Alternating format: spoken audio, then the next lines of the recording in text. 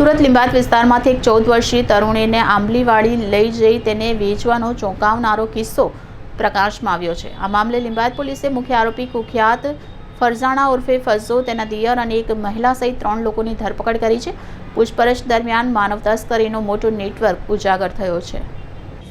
Police સૂત્રો પાસેથી મળતી માહિતી અનુસાર આરોપી નૂરી અને ફરઝાણાએ 5 મહિના પહેલા તરુણીને કેટરિંગનું કામ અપાવવાનું કહી લસકાણા લઈ ગયા હતા। ત્યાં તેમણે તેનું વેચાણ સોએબ નામના શખ્સને 50,000 રૂપિયામાં કરી દીધું હતું। સોએબે તરુણીને 3 દિવસ પોતાના ઘરમાં કેદ રાખી તેની સાથે દુષ્કર્મ કરવાનો પ્રયાસ કર્યો હતો, પરંતુ તરુણીએ સામનો કરતા તે પૈસા પરત લઈ ગયો હતો। આ વચ્ચે લસકાણાથી પરત આવ્યા 10 દિવસમાં જ આરોપીએ તરુણી માટે બીજો ગ્રાહક શોધી કાઢ્યો। તેઓ તરુણીને સોલાપુર લઈ ગયા, જ્યાં એક હિન્દુ યુવક સાથે તેનું જબરજસ્તીથી લગ્ન કરાવી દેવામાં આવ્યું।